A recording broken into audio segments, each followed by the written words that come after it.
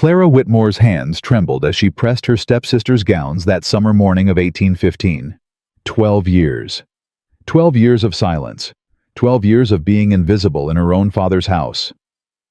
Tonight, at the grandest ball New York had ever seen, she would stand in the shadows again while Louisa and Amelia danced with their wealthy fiancés. But fate had other plans. Because tonight, the most powerful man in America would walk into that ballroom. And he wouldn't see the diamonds at the center. He would see her. If this story touches your heart, subscribe now and stay until the very end. Drop a comment telling me which city you're watching from. I want to see how far Clara's journey travels. The iron pressed down on silk as Clara's hands moved with practiced precision. Steam rose between her fingers. The fabric hissed. "Clara, where is my pearl comb?" Amelia's voice cut through the servants' quarters like a whip. Clara set down the iron and climbed the narrow stairs to her stepsister's bedchamber. "It's in your jewelry box, Amelia, third drawer." "I looked there already. You must have moved it." Clara crossed to the vanity and opened the third drawer. The pearl comb lay exactly where it had always been, nestled in blue velvet. "Here it is." Amelia snatched it from Clara's hand without a word of thanks. She turned back to the mirror, arranging her golden curls with the self-satisfaction of a woman who had never doubted her own beauty. "You may go, and tell Louisa I need her opinion on my earrings." Clara retreated to the hallway. 22 years old, and she still moved through this house like a ghost, like something less than human. Her father had been dead for 7 years now. 7 years since Harriet Fairfax Whitmore had stopped pretending to care for her stepdaughter. 7 years since Clara had become the unpaid servant in her own home. She found Louisa in the grand parlor supervising the arrangement of fresh flowers. At 24, Louisa possessed the kind of conventional beauty that society prized: fair hair, blue eyes, a figure that corsets enhanced to perfection. "Amelia wants your opinion on her earrings." Louisa barely glanced at Clara. "Tell her I'll come when I'm finished here. And Clara—" She paused, her eyes sweeping over Clara's plain gray dress with barely concealed contempt. "Do try to make yourself useful tonight. Stay out of sight, fetch what's needed, and for heaven's sake don't embarrass us." "I never do, Louisa." "No." Louisa's smile was sharp. "You never do anything at all, do you?" "That's rather the point." Clara returned to her pressing. The words settled into the familiar hollow place in her chest, where such cruelties had been collecting for 12 years. She had learned to feel nothing. Numbness was survival. The Astor Ball was the event of the summer season. New York's wealthiest families would gather at the magnificent Astor Mansion to celebrate, to gossip, to arrange marriages and business deals beneath crystal chandeliers. Louisa would attend on the arm of William Hartley, heir to one of New York's largest banking fortunes. Amelia would be escorted by Robert Sterling, whose family's shipping empire rivaled even the Astors themselves. 2 advantageous engagements. 2 victories for Harriet Fairfax Whitmore. And Clara would carry their cloaks and repair their torn hems and disappear into whatever shadow was most convenient. "Clara!" Harriet's voice rang through the house. Clara set down her work and found her stepmother in the front hall, dressed in emerald silk that must have cost more than Clara's father had left for her care. Not that Clara had ever seen a penny of that money. "The carriage will arrive in 2 hours. I want you dressed and ready. You will attend us tonight." Clara's heart stumbled. "Attend at the Astor Ball." "Don't be dramatic. You'll carry our things. Fetch refreshments. Manage any wardrobe emergencies. The usual." Harriet's eyes narrowed. "I assume you have something appropriate to wear." Clara thought of the 3 dresses she owned. The gray wool for winter, the brown cotton for daily work, and her mother's old summer gown, faded blue muslin, mended at the seams, hopelessly out of fashion. "I have a dress." "Good. Stay invisible, Clara. That's what you do best." The Astor Mansion blazed with light as their carriage joined the long line approaching the entrance. Through the window, Clara could see women in gowns that cost more than houses, men in tailcoats with gold watch chains, jewels that caught the lamplight like captured stars. She clutched her stepsister's silk shawls against her chest and tried to make herself smaller. "Remember," Harriet said as the carriage door opened, "you are not a guest, you are not family, you are simply useful." Clara followed them into the grand entrance hall. The music reached her first, a waltz, playing somewhere in the depths of the mansion. Then the voices, the laughter, the overwhelming crush of New York's elite society performing their evening rituals. Louisa and Amelia swept forward on their fiancés' arms, instantly absorbed into the glittering crowd. Harriet positioned herself near a group of society matrons, her practiced smile firmly in place. And Clara found her corner, a shadowed alcove near the servants' passage, close enough to be summoned, far enough to be forgotten. She had perfected this position over years of similar events, the art of being present without existing. The hours crawled past. Clara fetched lemonade when Amelia complained of thirst. She repaired a torn flounce on Louisa's hem with needle and thread she'd hidden in her reticule. She stood in her faded blue dress and watched her stepsisters dance with wealthy men who would soon make them wealthier still. The Whitmore girls have done well for themselves. Clara turned slightly. An elderly woman had appeared beside her alcove. Mrs. Thornton, her father's old business associate's widow. Sharp eyes and a kind face. "They have been most fortunate, ma'am." "Fortune," Mrs. Thornton made a dismissive sound. "Harriet Fairfax has been building those girls' futures on stolen ground, and we both know it." Clara's throat tightened. "I'm sure I don't know what you mean." "Your father's will was quite clear about your entitlement, child. The house on Bleecker Street, the investments, your mother's jewelry." Mrs. Thornton's voice dropped. "All gone now, I imagine. Spent on silk dresses and society introductions for girls who aren't even his blood." The familiar ache spread through Clara's chest. She had suspected, of course.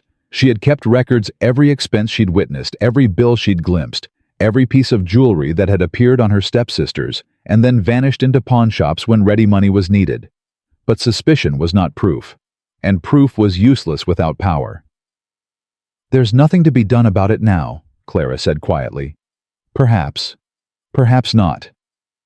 Mrs. Thornton's gaze sharpened. "Your stepmother grows ambitious, my dear. She speaks of sending you to her sister's household in Philadelphia as a governess. Permanently." Philadelphia. 1,000 miles from everyone she had ever known. A life of servitude with no chance of escape. Clara's hands clenched in the folds of her worn dress. "I see you understand," Mrs. Thornton continued. "You may not have a choice for much longer, Clara, unless—" But whatever she meant to say was cut short by a sudden shift in the atmosphere. The orchestra faltered. Conversations died mid-sentence. Every head in the vast ballroom turned toward the main entrance.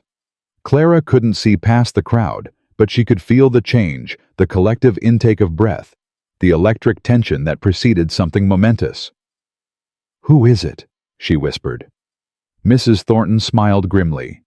"That, my dear, would be Nathaniel Ashford." The name meant nothing to Clara, but the reaction of the crowd spoke volumes. Women straightened, men stood taller. Even Harriet across the room had abandoned her conversation to stare at the entrance with naked calculation. "The Ashford family has owned half the Hudson Valley since the Dutch were running things, Mrs. Thornton murmured. "Nathaniel inherited everything when his father died 7 years ago. The land, the shipping interests, the banking partnerships. They say he's worth more than the Astors and the Livingstons combined. And he's here at a society ball. That's what makes it remarkable. The man hasn't attended a social event in 3 years. They call him the Stone Patroon, cold as granite and twice as hard. Every matchmaking mama in New York has tried to snare him for her daughter. Every single one has failed." The crowd parted, and Clara caught her first glimpse of Nathaniel Ashford. He was taller than the men around him, with dark hair and a face that might have been carved from the granite he was named for. His clothes were immaculate, but plain, lacking the ostentatious embroidery favored by other wealthy men. He moved through the crowd like a ship cutting through water, powerful and utterly indifferent to the waves he created. and his eyes, gray-cold, assessing, were scanning the ballroom with an intensity that made Clara shrink further into her alcove. He wasn't looking at the diamonds at the center of the room. He was looking for something else entirely. "Clara!" Amelia's voice shattered Clara's observation. Her stepsister was pushing through the crowd toward the alcove, her face flushed with irritation. "There you are. My shawl clasp is broken. I cannot possibly dance the next set while dragging this thing about. Fix it immediately." Clara took the silk shawl and examined the damage. A simple repair, the clasp had merely come loose from its mooring. "I'll need a moment to—" "I don't care what you need. Fix it now." Amelia's voice rose, drawing glances from nearby guests. "Honestly, Clara, you're utterly useless. No wonder Mother is sending you away." The words landed like blows. Clara felt the heat rise in her cheeks, the familiar burn of public humiliation. "Of course," she whispered. "I'll just—" She turned to leave to find somewhere private to make the repair, and walked directly into a wall of expensive wool and masculine warmth. The shawl tumbled from her hands. Strong hands caught her shoulders, steadying her before she could fall. Clara looked up. Gray eyes met hers, the coldest, most penetrating eyes she had ever seen. Eyes that seemed to see straight through her faded dress and her lowered status, and her years of invisibility to something beneath. Nathaniel Ashford. Time stopped. The ballroom receded into a blur of shocked faces and frozen motion. Clara could hear nothing but the thundering of her own heartbeat, could feel nothing but his hands on her shoulders, firm and strangely gentle. "I beg your pardon, sir." She managed her voice barely above a whisper. "I didn't see—" "No." His voice was low, a rumble that seemed to resonate in her very bones. "No one ever does." There was something in those 4 words. Not pity, not condescension. Recognition. He was not speaking of her collision. He was speaking of her. Nathaniel released her shoulders, but did not step away. Instead, he bent with fluid grace and retrieved Amelia's fallen shawl, examining the broken clasp with what appeared to be genuine interest. "Mr. Ashford!" Harriet's voice rang out with forced gaiety as she materialized beside them, Louisa and Amelia, flanking her like well-trained soldiers. "What an unexpected pleasure! Allow me to present my daughters, Miss Louisa Fairfax and Miss Amelia Fairfax. I believe you may know their fiancés, Mr. Hartley and Mr. Sterling." Nathaniel's expression remained impassive. He did not acknowledge the introduction. His gaze remained fixed on Clara with an intensity that made her skin prickle with awareness. "And this," Harriet continued, her tone shifting to something dismissive and cold, "is merely Clara. She assists with household matters. Pay her no mind, sir. She is clumsy, I'm afraid, always underfoot." "Is she?" The 2 words fell like stones into still water.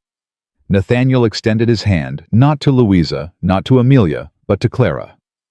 The assembly gasped. Somewhere a champagne glass shattered against marble. "Miss Whitmore?" The use of her proper name felt like a benediction, a public acknowledgement of her existence. "Would you do me the honor of this dance?" The world tilted. Clara stared at his outstretched hand as if it were something impossible, something that could not exist in her reality. "Mr. Ashford." Harriet's voice had gone sharp with desperation. "Surely you meant to ask one of my daughters." "Clara is not. She does not. I meant—" Nathaniel interrupted, his eyes, never leaving Clara's face, "to ask Miss Clara Whitmore. I do not misspeak, ma'am." The entire ballroom had gone silent. 300 people watched as the wealthiest man in New York waited for the answer of the poorest woman in the room.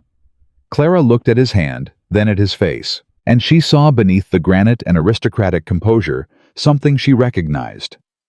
Loneliness. The particular isolation of being perpetually observed, yet never truly seen. She placed her hand in his. His fingers closed around hers with unexpected warmth. And as he led her onto the dance floor, Clara heard the whispers erupt like wildfire behind them. But for the first time in 12 years, she did not care. Nathaniel Ashford had seen her, and somehow, impossibly, nothing would ever be the same. The waltz began. Clara's hand trembled in Nathaniel's grasp as he guided her into position. She could feel 300 pairs of eyes burning into her back. She could hear the whispers growing louder. "Breathe," Nathaniel said quietly. "They cannot touch you here. Everyone is staring. Let them stare." His hand settled at her waist, firm and steady. "I find I don't care what they think. Do you?" Clara looked up at him. This stranger who had pulled her from the shadows and placed her at the center of everything. "I have spent 12 years caring what they think. It kept me alive." Something flickered in his gray eyes. "And now?" The music swelled. He swept her into the first turn, and Clara discovered that her body remembered how to dance even if her mind had forgotten. Her mother had taught her long ago, before everything changed. "Now," she said softly, "I don't know what I am. You are dancing with me. That is enough for the moment."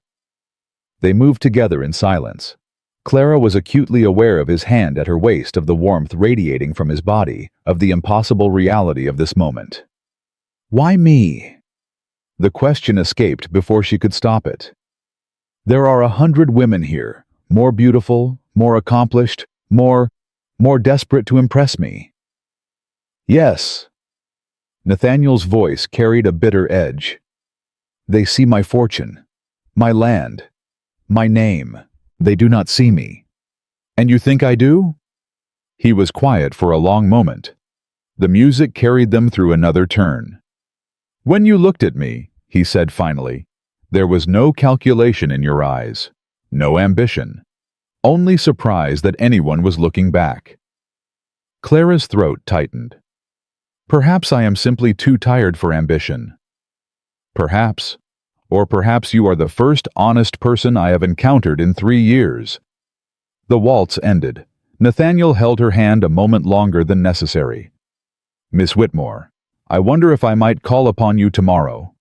Clara's heart stuttered. "Call upon me? Sir, I am not that, as my stepmother would never—" "I am not asking your stepmother's permission." His gray eyes held hers with unsettling intensity. "I am asking yours." Across the ballroom, Clara could see Harriet watching them. Her stepmother's face had gone pale with fury. "I don't understand what you want from me." "Neither do I." For the first time, something almost vulnerable crossed his features.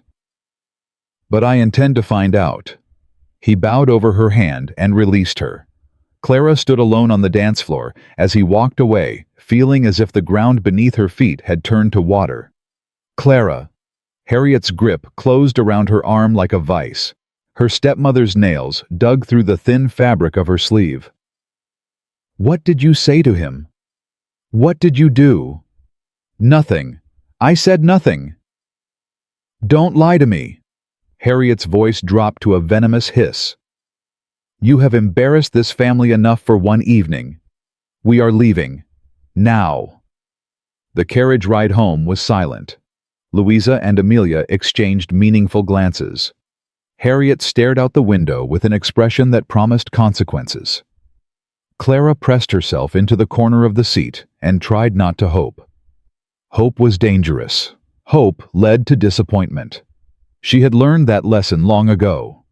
But Nathaniel Ashford had looked at her as if she were worth seeing, and that single moment of recognition had cracked something open inside her that she had spent 12 years sealing shut. The morning came too quickly. Clara woke before dawn and went about her duties with mechanical precision. She pressed gowns. She polished silver. She avoided Harriet's cold stare and her stepsister's whispered mockery. He would not come. Men like Nathaniel Ashford did not pursue women like her. The dance had been an aberration, a momentary impulse that daylight would cure. By noon, Clara had convinced herself that the entire evening had been a dream. A beautiful, impossible dream. Then the knocker sounded.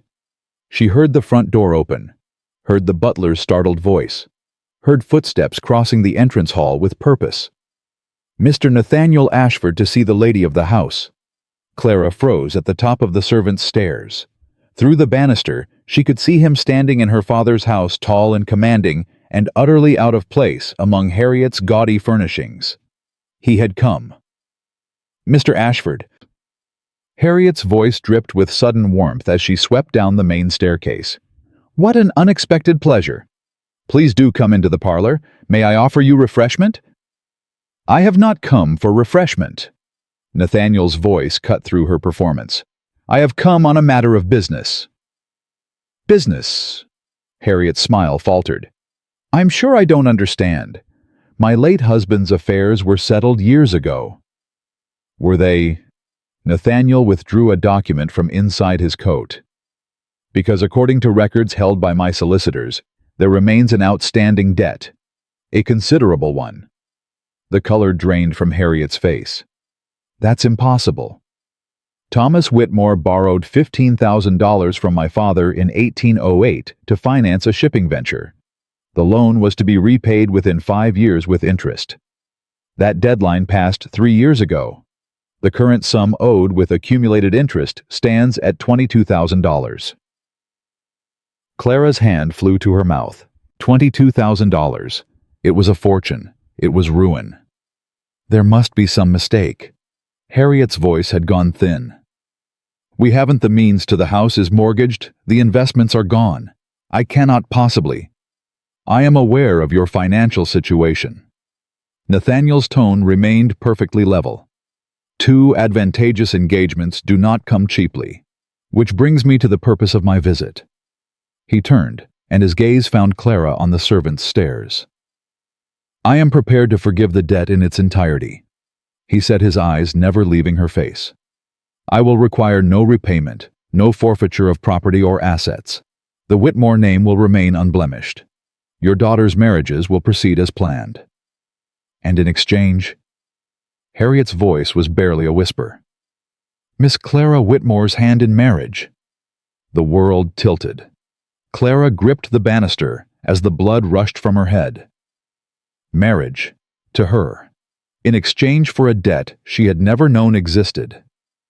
"This is madness," Harriet sputtered. "Clara is nothing. She has no dowry, no connections, no social standing whatsoever. She has my interest." Nathaniel's voice was quiet steel. "Which is more than sufficient." He moved toward the stairs toward Clara, and she found herself descending as if pulled by invisible strings. They met in the entrance hall, and he took her hand with the same unexpected gentleness he had shown at the ball. "Miss Whitmore, I realize this is highly irregular. I am not a man given to romantic gestures or flowery speeches." His gray eyes searched her face. "But I saw something in you last night. A quality of character that I have searched for all my life without finding. I need a wife. Not an ornament or a strategic alliance. A partner." Clara's mind reeled. "You don't know me." "No, but I would like to.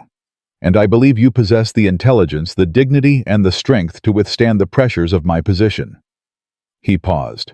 "I should warn you, your stepmother's financial situation is quite dire. Without this arrangement, she faces debtor's prison within the month." Clara looked at Harriet. At the woman who had stolen her inheritance, worked her like a servant, and planned to exile her to Philadelphia as a governess. The woman who was now staring at Nathaniel with naked terror in her eyes. "Clara will accept," Harriet said quickly. "Of course she will accept. It is a most generous offer." But Nathaniel did not acknowledge her. His attention remained fixed on Clara alone. "I am not asking your stepmother. I am asking you." Clara thought of the servants' quarters where she slept, of the faded dresses and the endless labor and the 12 years of invisibility. She thought of Philadelphia and a lifetime of governessing other people's children. And she thought of Nathaniel Ashford's hand in hers, warm and steady, as he had led her onto the dance floor. "Yes," she heard herself say, "I accept." 3 days later, Clara stood in the entrance hall of the Whitmore house with a single worn carpet bag containing everything she owned. 3 dresses, 2 petticoats, her mother's pearl earrings the only inheritance Harriet had failed to confiscate. Nathaniel's carriage waited outside. He descended as she emerged, his gaze taking in her meager possessions with an expression she couldn't read. "Is that all you're bringing?" "It is all I have." His jaw tightened. He turned to Harriet, who hovered in the doorway with Louisa and Amelia. "I trust Miss Whitmore's belongings will be sent to Ashford Manor by week's end." "Belongings!" Harriet's laugh was shrill. "Mr. Ashford, what you see is what exists. Clara has always been adequately provided for." "No." Nathaniel's voice was soft and dangerous. "She has not, and you know it." He handed Clara into the carriage and took the seat across from her. The horses moved forward, and Clara watched through the window as the house where she had been a prisoner for 12 years receded into the distance. She felt no loss, no sadness, only relief. "We have several appointments this afternoon," Nathaniel said. "You will need a complete wardrobe befitting your new position. That will cost a fortune. You are to be my wife. You will dress accordingly." Clara studied him, this stranger who had upended her entire existence in 72 hours. "Why are you doing this? Really?" Nathaniel was quiet for a long moment. "Because you did not look at me the way they do. You looked at me as if I were simply a man. It has been a very long time since anyone has done that." Madame Beaumont's establishment on Broadway was the finest dressmaker in New York. Clara had never dared to pause and admire the creations in its bow windows. Now Nathaniel handed her down from the carriage and guided her through the door. The proprietress appeared immediately, a French woman with measuring eyes and steel-gray hair. Her expression transformed from professional courtesy to astonishment when she recognized Nathaniel. "Monsieur Ashford, what an unexpected pleasure." "Madame Beaumont, may I present Miss Clara Whitmore, my betrothed. She requires a complete trousseau. I expect nothing less than perfection." Madame Beaumont's sharp gaze swept over Clara, cataloging every detail of her shabby dress. But instead of disdain, something almost tender crossed her features. "Come, mademoiselle. Let us see what we have to work with." For 3 hours, Clara stood while assistants draped silks and satins across her body. Colors she had never worn. Fabrics she had never touched. Madame Beaumont called out measurements in rapid French, while her assistants transformed bolts of cloth into visions of elegance. "You have an excellent figure," the modiste declared. "Good posture despite everything. With your coloring, this lovely dark hair, these fine eyes, you can wear nearly anything.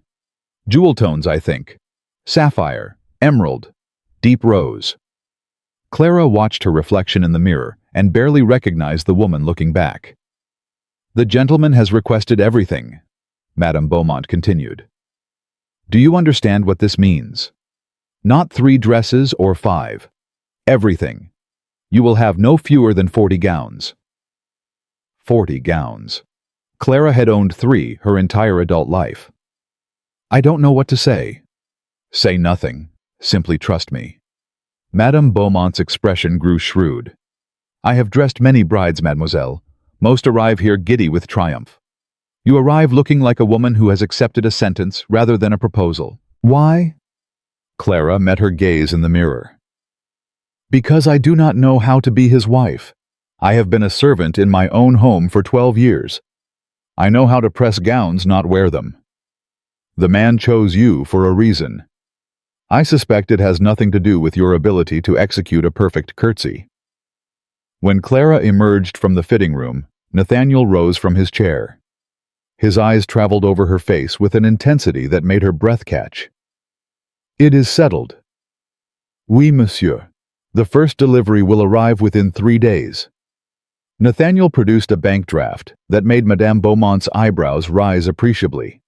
Then he offered Clara his arm and led her back to the carriage. "Thank you," Clara said quietly, as they settled into their seats. "For the gowns. For all of this." Nathaniel turned to her. "You thanked me for 40 gowns. Most women would have demanded twice that and complained about the delay. I am not most women. No, Something almost warm crossed his features. You are not. Which is precisely why I chose you. The journey north took 2 days. With each mile, New York City faded into rolling countryside that grew progressively wilder and more remote. They had been married in a quiet ceremony before leaving only Nathaniel's solicitor and his elderly aunt as witnesses, and now they traveled together as man and wife toward the estate she would call home. Clara sat across from her husband, acutely aware of the gold band on her finger. The Duchess of No. Not Duchess. There were no duchesses in America. But there was Ashford Manor. And there was Nathaniel.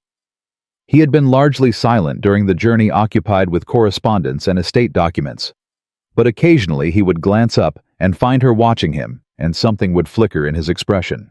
Not quite a smile, but a softening. We should arrive within the hour, he said as the afternoon light began to descend. I should warn you, Ashford Manor is not what most would consider welcoming. It was built as a Dutch colonial fortress. Comfort was never a primary consideration. I am not afraid of old stones. No. Nathaniel studied her. I don't imagine you are afraid of much. The carriage crested a hill, and Clara's breath caught. Ashford Manor rose from the landscape like a monument to power and permanence. Massive stone walls, narrow windows, a great arched gatehouse that suggested armies rather than afternoon callers. The Hudson River glittered beyond it, vast and indifferent. It's magnificent, Clara breathed. Nathaniel's head turned sharply. Most women use different words. Forbidding. Oppressive. Most women have not spent 12 years in a prison made of silk curtains and cruelty. I prefer my prisons honest. Something shifted in his expression. Surprise, perhaps, or recognition. You continue to confound me, Clara Whitmore. Clara Ashford now. Yes. His voice dropped. You are.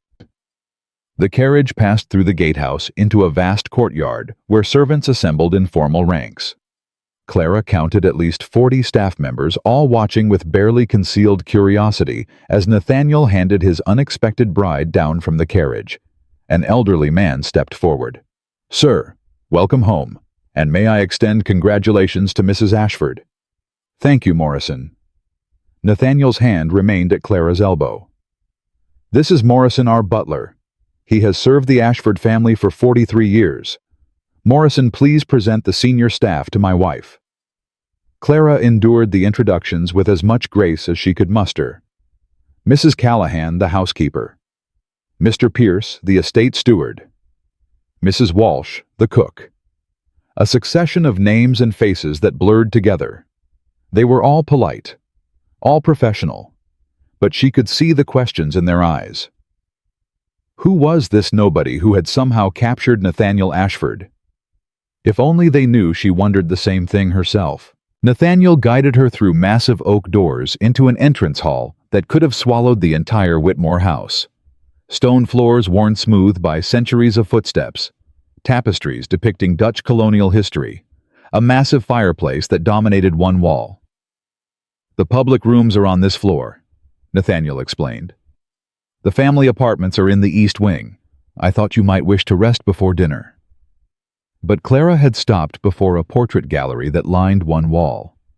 Generations of Ashfords stared down at her with varying degrees of aristocratic hauteur. Men in military uniforms, women in elaborate gowns. All of them powerful, confident, utterly secure in their consequence. And now she was meant to join their ranks. They're quite intimidating, aren't they? Nathaniel had come to stand beside her. 150 years of unbroken lineage. The weight of all that history can be rather crushing. Clara turned to look at him. Really, look at him. Do you ever feel as if you're not quite real, as if you're simply playing a role that someone else wrote for you? His eyes snapped to hers. Every day of my life. The admission hung between them raw and unexpected. For a moment, the stone patroon's carefully constructed armor cracked, and Clara saw the man beneath, isolated, imprisoned by expectations, performing greatness while starving for genuine connection. I was invisible for 12 years, Clara said quietly. You are too visible. Different cages, perhaps, but cages nonetheless. Yes. The word was barely a whisper. Nathaniel's hand lifted as if to touch her face, then fell back to his side. That is precisely why I chose you, Clara. You understand. The days passed quickly. Mrs. Callahan guided Clara through the intricacies of managing a household with 47 servants. Nathaniel spent his time sequestered in meetings with his steward and various tenants, emerging only for dinner. They were strangers sharing a surname, circling each other with wary courtesy. But something was shifting. Clara could feel it in the way Nathaniel's gaze lingered on her across the dining table, in the books that appeared in her sitting room without explanation, in the small courtesies he extended that cost him nothing but meant everything. On the 8th morning, Clara woke to find a note slipped under her door. The estate ledgers require review. Would appreciate your mathematical eye if you are amenable. Library, N.A. She found him at a massive desk near the windows, already dressed despite the early hour. His dark hair was disheveled, as if he had been running his hands through it in frustration. He looked up when she entered. You came. I wasn't certain you would. You requested my mathematical eye. I'm curious what prompted such faith in my abilities. My aunt mentioned that you helped her reconcile her household accounts during your stay. She said you found a discrepancy her own steward had missed for 3 years. Clara moved to the desk, which was covered in ledgers dating back decades. What kind of transactions? Investments primarily. My father partnered with several gentlemen on various ventures. Some were profitable. Others, he pulled a ledger toward him, frowning. Others seemed to have simply vanished along with the capital invested. For an hour, they worked in companionable silence. Clara discovered she enjoyed the puzzle of it, tracking payments across multiple ledgers, identifying patterns in the chaos of his father's haphazard bookkeeping. Here, she pointed to an entry dated March 1808. This payment of $15,000. There's no corresponding receipt, just a notation. W. Investment per agreement. Nathaniel leaned closer, his shoulder brushing hers. The W could refer to any number of ventures. Clara turned the page, then froze. Her heart began a slow, heavy drumbeat. There, in the neat handwriting of a clerk, was a detailed partnership agreement dated April 1808. And at the bottom 2 signatures, the late Ashford's bold scrawl. And beneath it, in the careful hand she had known since childhood, Thomas Whitmore. Her father's name, her father's signature. Clara, Nathaniel's voice came from very far away. What is it? This is my father's signature. The words came out barely above a whisper. I would know it anywhere. Nathaniel pulled the ledger closer. A shipping venture. The partnership was to run for 5 years with profits divided equally. Your father contributed $15,000. My father contributed ships and trading connections. Clara's mind raced. $15,000. The exact sum Nathaniel had claimed Harriet owed. The venture failed. Nathaniel continued, his voice taking on a grim quality. Pirates seized 2 ships. A third went down in a hurricane. Both families lost everything. If they were partners, Clara said slowly, then my father's investment was capital, not debt. Which means there should be no outstanding obligation. The truth settled over her like ice water. Then why did you tell my stepmother she owed $22,000? For a long moment, Nathaniel said nothing. He moved to the window, his broad shoulders silhouetted against the morning light. Because I needed leverage to secure your hand in marriage. And Harriet Fairfax needed a compelling reason to part with you. The admission hung between them like a blade. So the debt was a fiction. Clara's voice shook. A manipulation. Yes. You fabricated a legal obligation to coerce my stepmother into giving me to you. Yes. Nathaniel turned to face her, his expression unreadable. And I would do it again. Because the alternative was leaving you to be sent to Philadelphia as a governess, invisible and forgotten, for the rest of your life. Was that preferable to becoming my wife under false pretenses? Clara wanted to rage at him, to throw the ledger at his head. But beneath her anger, a more uncomfortable truth emerged. He was right. Harriet had been planning to dispose of her. The governessing position was real. The exile was certain. Nathaniel had simply used the tools at his disposal to extract her from that fate. "You should have told me," she said finally. "Would you have accepted if you had known?" Clara considered the question honestly. "I don't know." Nathaniel crossed the room to stand before her. "I am not a good man, Clara.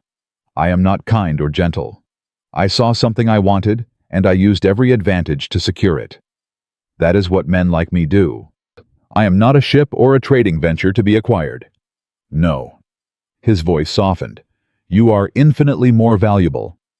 Which is why I was willing to fabricate a debt, manipulate your stepmother, and upend both our lives to make you my wife." Clara searched his face for any trace of remorse. She found none. What she found instead was fierce protectiveness, mixed with vulnerable honesty. He was not sorry for what he had done. He was only sorry she had discovered it. "There is more." Nathaniel pulled another ledger from the stack. "This is dated 2 months before your father's death. A personal loan from my father to yours. $5,000, interest-free, repayable upon request." Clara stared at the entry. $5,000. A fortune. And beneath it, a notation in the elder Ashford's hand, "For Thomas in friendship and remembrance of shared sorrows." "They were friends," she whispered. "It would appear so. Which means when I saw you at the Astor Ball, when I felt that inexplicable pull toward you, perhaps some part of me recognized what my conscious mind did not. That our families were already bound together." Clara looked up at her husband. This complicated man who had lied to secure her and was now offering her a truth that somehow made the lie more forgivable. "What happened to the loan? Was it ever repaid?" "No record of repayment. Which means technically your stepmother does owe the Ashford estate. Not $22,000, but $5,000 plus interest." A laugh escaped Clara, sharp, slightly bitter. "So your fabricated debt was actually real, just in a different amount and for a different reason." "Life," Nathaniel said with the faintest hint of a smile, "is rarely as simple as we wish it to be." Clara sat down in the leather chair, suddenly exhausted. In the span of an hour, she had discovered that her father and Nathaniel's had been friends, that their families were entangled long before she and Nathaniel ever met, that her marriage, which she had thought built on lies, was perhaps destined by forces neither of them had understood. "What do we do with this information?" Nathaniel moved to stand beside her chair, his hand coming to rest on her shoulder with unexpected gentleness. "We move forward. We acknowledge that our beginning was unconventional, but we use what we have learned to build something honest. Your father and mine were friends who trusted each other. Perhaps we might honor their memory by attempting the same." Clara placed her hand over his. "Trust must be earned. And you are right, which is why I am telling you now. No more secrets between us. No more fabrications. Whatever we build from this moment forward will be founded on truth." Clara searched his gray eyes for sincerity, and found it. He was offering her something precious. A fresh beginning, a partnership built not on lies, but on the complicated, messy truth of who they actually were. "Very well," she said quietly. "Truth then, starting now." "Starting now," Nathaniel agreed. And in the library of Ashford Manor, surrounded by the evidence of their father's friendship, husband and wife began again. The revelation about their father's friendship shifted something fundamental between them. Clara found herself seeking Nathaniel's company, not out of obligation, but genuine interest. And he, in turn, began to unbend in her presence, small degrees at first, like ice beginning its slow thaw toward spring. It was Nathaniel who suggested the arrangement 3 days after their discovery in the library. "You need to learn how to command this household," he said over breakfast. Mrs. Callahan is capable, but she requires direction. The staff looks to you for leadership. Currently, they see uncertainty. Clara's first instinct was to bristle, but she recognized truth when she heard it. I have spent 12 years receiving orders, not giving them. The transition is more difficult than I anticipated. Then we shall practice. Something almost playful flickered in his gray eyes. I will teach you how to wield authority, and in exchange, yes. He hesitated. You might teach me how to be less formidable. My aunt mentioned that I have a tendency to terrify people without intending to. You do project a certain glacial quality. The stone patroon.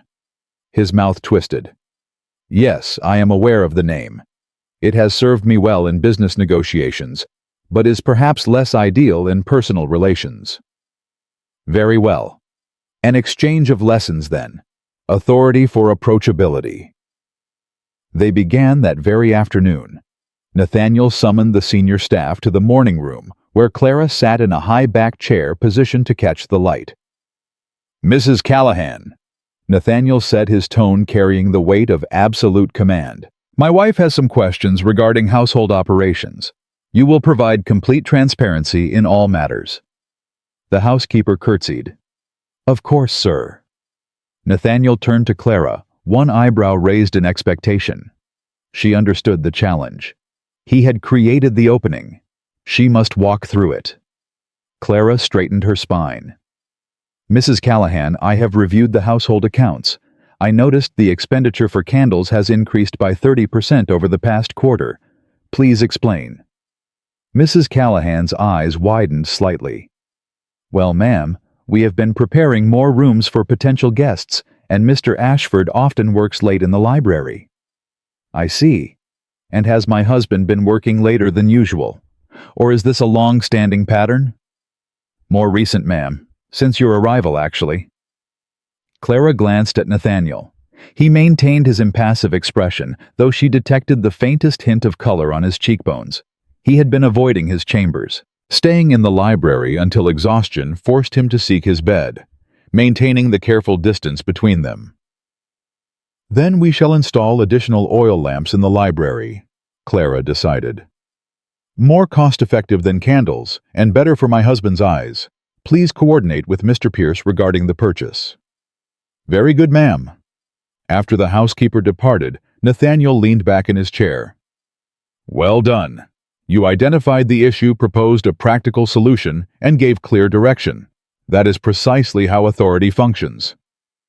I felt like a fraud. All authority begins as performance. Eventually, the performance becomes reality. He stood, offering his hand. Now shall we walk the grounds? I believe it is my turn to receive instruction. They strolled through the formal gardens. Clara considered her words carefully. Your problem, she said finally, is that you never allow anyone to see you uncertain. You present as if you have already calculated every possible outcome and selected the optimal path. It is impressive, but deeply alienating. Uncertainty is weakness. My father taught me that from childhood. Your father was wrong. Clara stopped walking. Uncertainty is human. People do not trust perfection, Nathaniel. They trust vulnerability. He looked skeptical. You suggest I should broadcast my doubts to the household staff. I suggest you might occasionally smile when something pleases you, or express frustration when something goes wrong, or admit when you do not have an immediate answer. She paused. You might allow yourself to be a person, not merely a position. Nathaniel's jaw tightened. Then, unexpectedly, he laughed. A short, rusty sound. My last intended told me I had the emotional range of a marble statue. She was not incorrect. What happened to her? She met a cavalry officer at a house party. They eloped within a fortnight. She sent a very apologetic letter explaining that she could not marry a man who made her feel as if she were being assessed for purchase. Clara winced. That must have been painful. It was a relief. I did not love her, and she certainly did not love me. When she fled, I was freed from a lifetime of mutual dissatisfaction. Yet you sought another wife eventually. Me. You were different. Nathaniel's expression shifted. You did not look at me and see a fortune or a strategic alliance. You looked at me and saw a man catching a woman who had been deliberately humiliated.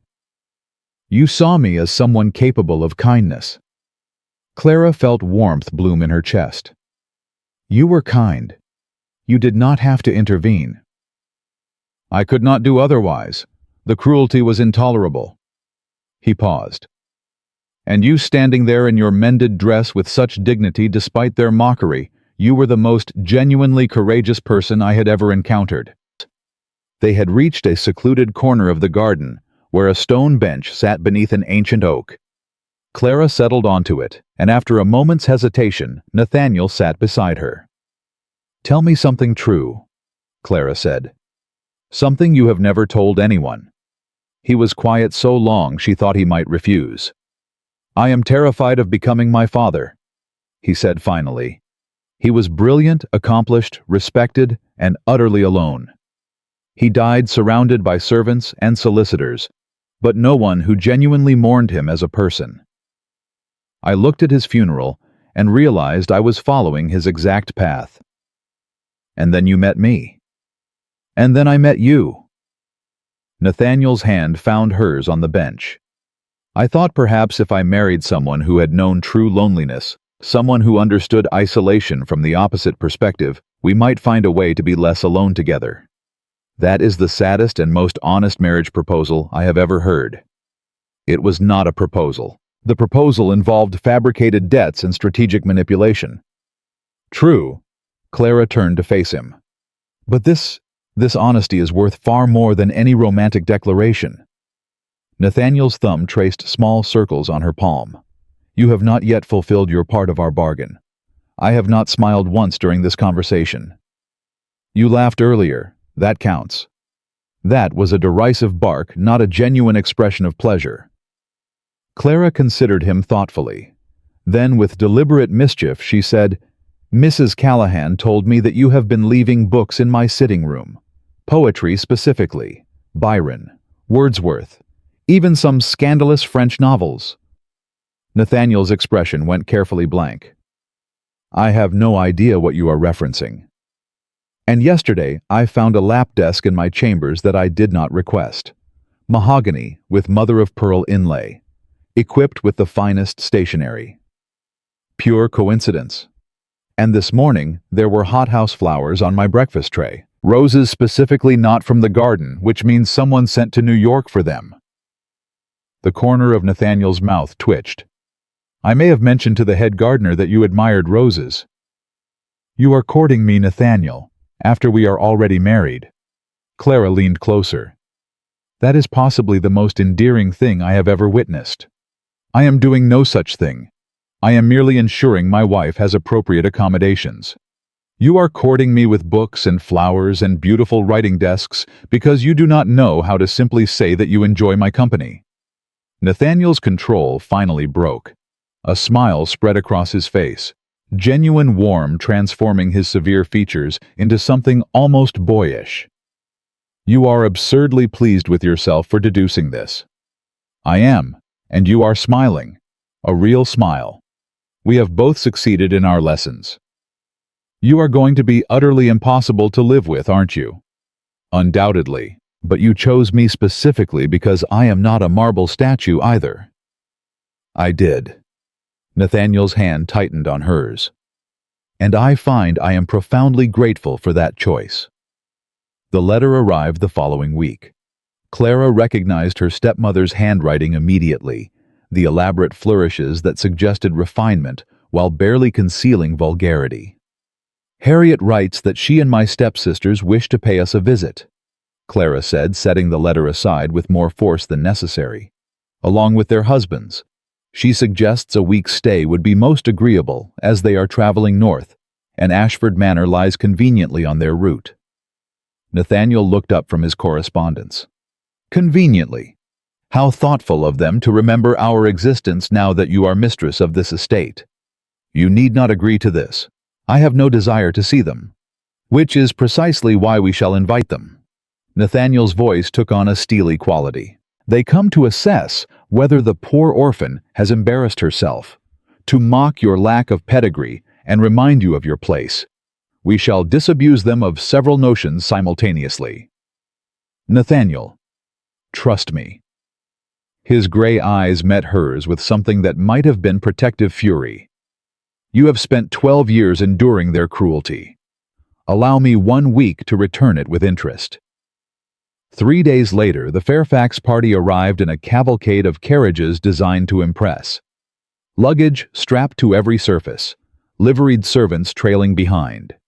Louisa and Amelia dressed in traveling costumes that probably cost more than the average farmer earned in a year. Clara stood beside Nathaniel on the front steps, deliberately positioned on the higher ground. She wore a gown of deep emerald silk that Madame Beaumont had designed specifically for receiving guests. The Ashford diamonds rested cool and heavy against her collarbone, a 3-strand necklace worth more than both husbands' fortunes combined. My dear Clara. Harriet descended from the lead carriage, her arms extended as if greeting a beloved daughter. How wonderful to see you looking so well situated.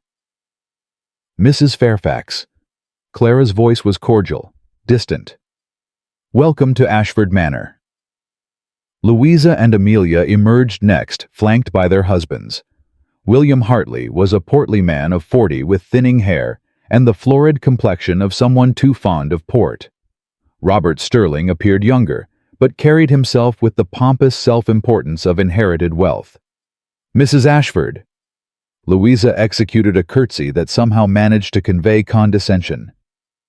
What an imposing residence, quite Gothic.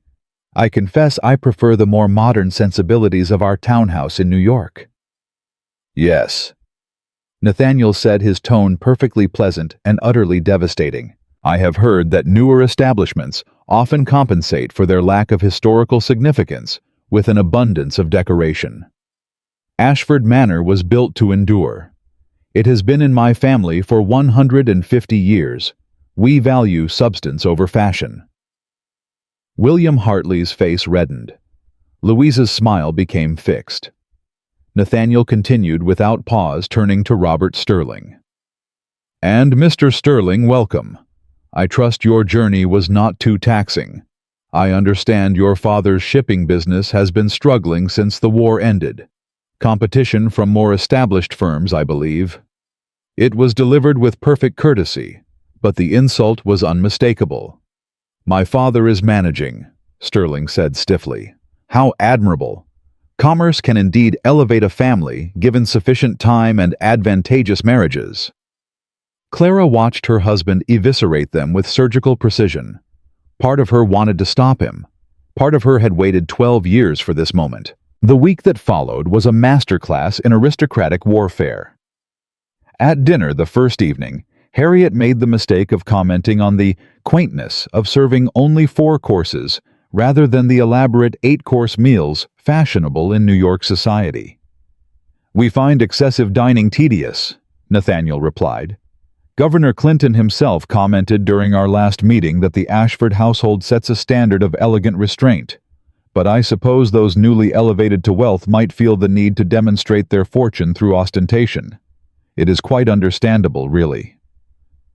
Amelia choked on her wine. The following afternoon, Louisa suggested a tour of the portrait gallery, clearly intending to emphasize Clara's lack of aristocratic lineage. How fascinating it must be, she said, gazing up at the rows of Ashford ancestors to have such distinguished family history. Of course, Clara, you cannot claim such heritage. Your mother was merely a vicar's daughter, was she not? She was, Clara said evenly. Nathaniel stepped forward. Clara's maternal grandfather was the Reverend Thomas Hartley, a noted scholar whose theological texts are still studied at Yale. Her father, as you know, was a gentleman of significant means whose family held land in New York for 2 generations. The Whitmore line, while not old money, descends from respected merchants and landowners. He paused, allowing his words to settle. I have always believed that true distinction comes from character and intellect rather than accidents of birth. but I suppose those who possess only the latter must cling to it desperately, having little else to recommend them. The insult hung in the air like smoke. But it was during the formal dinner on the fourth evening that Nathaniel truly eviscerated them. Robert Sterling, emboldened by wine, made a comment about Clara's remarkable elevation and wondered aloud whether she found the responsibilities of her position overwhelming given her limited experience with society. Nathaniel set down his wine glass with deliberate precision. The entire table fell silent. "Limited experience," he repeated softly. "How interesting that you should mention that, Mr. Sterling. Tell me, how many households have you successfully managed? How many tenant disputes have you arbitrated? How many estate ledgers have you personally audited for accuracy?" Sterling blinked. "Well, I have stewards for such matters." "Indeed, as do I. Yet my wife has, in the space of 3 weeks, identified and corrected accounting errors dating back 5 years, implemented a new system for managing household expenditures that has already reduced waste by 20%, and personally mediated a dispute between 2 tenant families that my own steward had failed to resolve in 6 months. His gaze swept the table, settling on each guest in turn. Clara's limited experience consists of managing a household with minimal resources while maintaining dignity under circumstances that would have broken lesser souls. She has demonstrated more genuine capability in 3 weeks as my wife than most women of society demonstrate in a lifetime of ornamental existence. He stood, his height and presence dominating the room. My wife is my choice. My partner and I will tolerate no disrespect toward her under my roof. Am I perfectly clear? The silence was absolute. Harriet had gone pale. Louisa and Amelia stared at their plates. Both husbands suddenly found the ceiling architecture fascinating. "Excellent," Nathaniel said, his tone returning to casual pleasantness. "Now shall we retire to the drawing room?" Later that night, Clara found Nathaniel in the library. He stood by the window, his posture rigid with residual tension. "You did not have to do that," she said softly. "I did, actually." Nathaniel turned, and she saw raw emotion in his eyes. "I watched you endure their condescension for 4 days. Every veiled insult, every patronizing comment, every reminder of your supposed inferiority.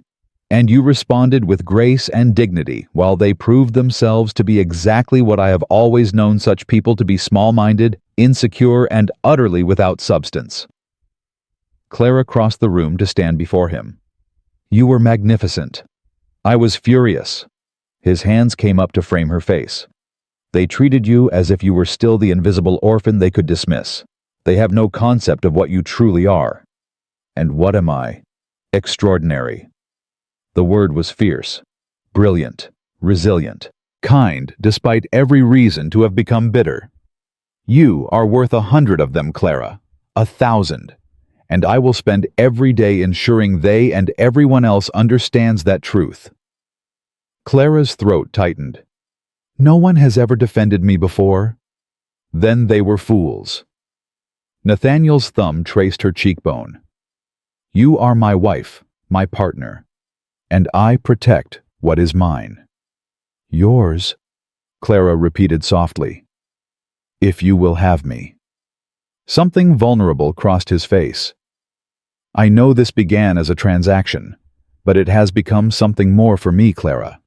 Somewhere between the library ledgers and the garden conversations, and watching you transform this fortress into something resembling a home, I find I am no longer performing the role of husband.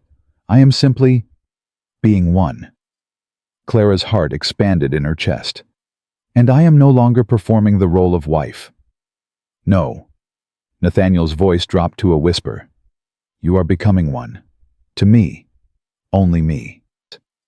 He kissed her then, soft and careful, as if she were something precious. When he pulled back, he was smiling. That genuine smile she had worked so hard to earn. "Your stepfamily is leaving tomorrow," he said. "I may have mentioned to Harriet that we have prior commitments that prevent us from entertaining them further." Clara laughed. "We have no such commitments." "We do now. I am committed to spending time with my wife without the burden of insufferable houseguests. That seems quite pressing, don't you think? Extraordinarily pressing, Mr. Ashford. Nathaniel, he corrected, pulling her closer. Nathaniel, she agreed. The storm arrived without warning that night, as summer storms often did. Clara woke to rain lashing against the windows like gravel, wind howling through the ancient stones. Thunder rolling across the Hudson Valley, each crack loud enough to rattle the glass. A soft knock sounded at her door. Clara! Nathaniel's voice came through the oak, tight with concern. Are you well? She crossed to unlock the door. He stood in the threshold, dressed in shirt sleeves and trousers, his dark hair disheveled. In the dim light he looked younger, vulnerable. I'm fine, only startled. The storm is quite fierce, the worst I've seen in years. His gaze searched her face. I thought I heard, that is, I wanted to ensure you were not frightened. Clara felt warmth bloom at his concern. In the month since her stepfamily's departure, something had shifted between them. The careful distance had given way to easy companionship. But Nathaniel still retreated to his own chambers each night, maintaining the last boundary, until now. I confess storms have never troubled me, Clara said. I find them rather magnificent, actually, all that unleashed power. Lightning flashed, illuminating his face. Would you think me foolish if I admitted they unsettle me? You, the unshakable Nathaniel Ashford. Even men can have irrational fears. A wry smile crossed his features. My mother died during a storm. I was 7 years old. The physician could not reach us in time because the roads had flooded. I sat in the nursery, listening to thunder, while she... His voice caught. I have associated storms with loss ever since. Clara's throat tightened. Without thinking, she reached for his hand. I'm sorry, I did not know. How could you? I have never told anyone. Nathaniel's fingers laced through hers. But I find I am telling you all manner of things I have never spoken aloud. You have a way of drawing truth from me, Clara Whitmore. Clara Ashford, she corrected softly. How could I forget? Another crash of thunder shook the windows. Nathaniel's hand tightened on hers. Stay, Clara said impulsively. Not for I mean simply stay. We could sit by the fire talk until the storm passes. I have no desire to sleep, and you clearly have no desire to be alone. Nathaniel's expression shifted through several emotions too quickly to catalogue. That would be highly improper. We are married. Yes, but we have been maintaining separate chambers for propriety to allow you time to adjust. To adjust to what being your wife. Clara tugged him gently into her chamber, closing the door behind them. I have been your wife for over a month, Nathaniel. I have managed your household, hosted your neighbors, sat beside you at dinner every evening. The only adjustment remaining is the one we both keep avoiding. She guided him to the settee near the dying fire and added wood until flames began to catch. Nathaniel watched her with an intensity that made her skin prickle. You were not supposed to be so brave, he said quietly. What do you mean? When I proposed this arrangement, I told myself I was rescuing you, that you would be grateful, compliant, perhaps eventually companionable. A wife who would manage my household without demanding anything inconvenient like emotional intimacy. Lightning flashed again, throwing stark shadows across his face. But you were not compliant. You questioned me, challenged me, saw through every defense I had spent 30 years perfecting. You made me laugh. You caught me leaving books in your sitting room and called it courting. You looked at me during that dinner with your stepfamily as if I had done something heroic rather than simply been decent. You were heroic. No. Nathaniel turned to face her. I was selfish. I have been selfish from the beginning. I need to tell you the truth before I lose my courage. What truth? I told you I chose you because you possessed character and intelligence, because I needed a practical partner, and those things were true, but they were not the whole truth. He stood abruptly, moving to the window where rain streamed down the glass. The whole truth is that I saw you at that ball standing in the shadows in your mended dress while your stepsisters preened at the center of attention, and I felt something shift inside my chest. Something I had never felt before. You were so utterly, devastatingly real. Clara's breath caught. Everyone else in that ballroom was performing, Nathaniel continued, playing roles, maintaining facades. But you stood there with such quiet dignity, asking for nothing, expecting nothing, simply enduring. And when your stepmother humiliated you, when she deliberately tripped you to make you look clumsy, the look on your face was not anger or self-pity. It was resignation, as if cruelty was simply the price of existing. He turned back to her, and Clara saw the shimmer of unshed tears in his eyes. I caught you because I could not do otherwise. Because in that moment, you were the only genuine thing in a room full of beautiful lies. And I knew with absolute certainty that if I let you disappear back into invisibility, I would regret it for the rest of my life. Thunder rolled overhead, but Clara barely heard it. So you fabricated a debt, she said softly. So I fabricated a debt. I manipulated circumstances, coerced your stepmother, and constructed an elaborate justification for doing what I desperately wanted to do anyway, take you away from that place and make you mine. His jaw tightened. Not for duty, not for practicality, because I looked at you and saw something I had been searching for my entire life without knowing it. What did you see? Home. The word was barely a whisper. I saw home, Clara. Not a place, but a person. Someone I could be real with. Someone who would simply let me be Nathaniel. Clara's vision blurred with tears. She reached up to cup his face, feeling the tension in his jaw, the rapid pulse at his temple. And what did I get in return? Nathaniel's hands came up to cover hers. A man who has no idea how to love properly but is desperately trying to learn. A fortress that needs your warmth to become a home. And a heart that has been locked away for so long I was not certain it still functioned. Until you.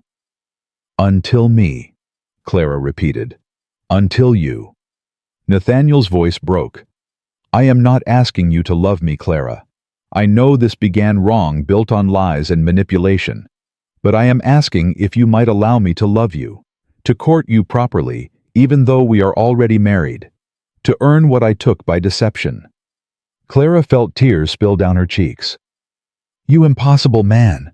Do you truly not know? Know what? That I already love you. The words came out fierce, certain. Not the wealthy Nathaniel Ashford, not the strategic arrangement or the fabricated debt. You, the man who leaves books in my sitting room because he does not know how to say he enjoys my company. Who defended me against my stepfamily with such controlled fury, I thought he might challenge both husbands to a duel.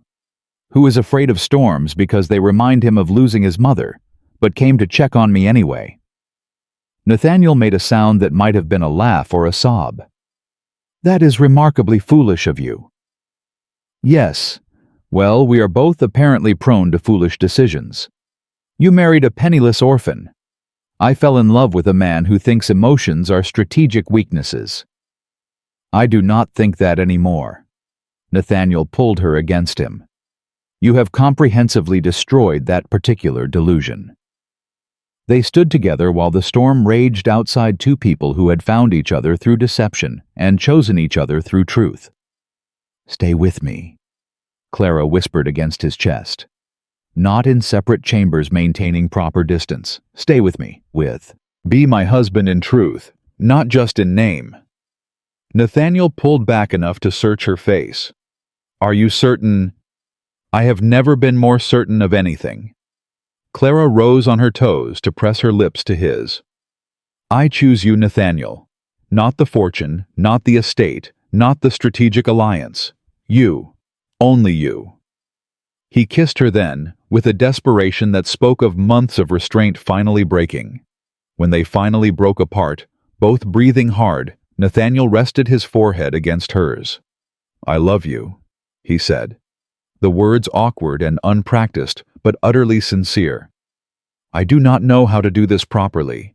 I will undoubtedly make mistakes, but I love you, Clara. Completely. Irrevocably.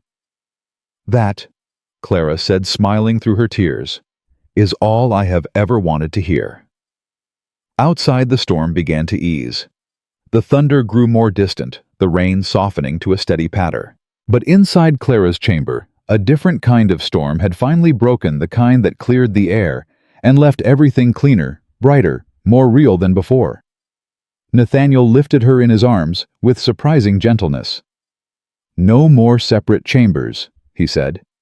"No more separate chambers," Clara agreed. And as the storm faded into memory, husband and wife finally became what they had been circling toward since that first dance at the Astor Ball.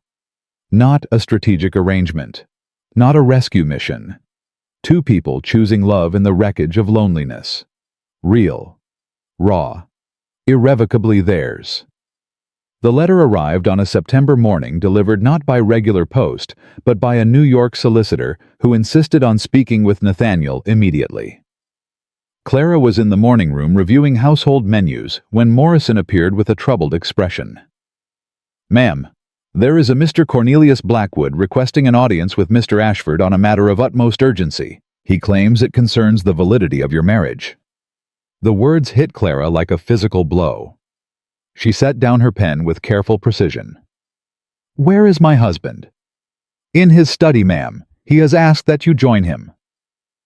Clara found Nathaniel standing behind his desk, his expression carved from granite as he read a document that trembled slightly in his hands, the only visible sign of his fury.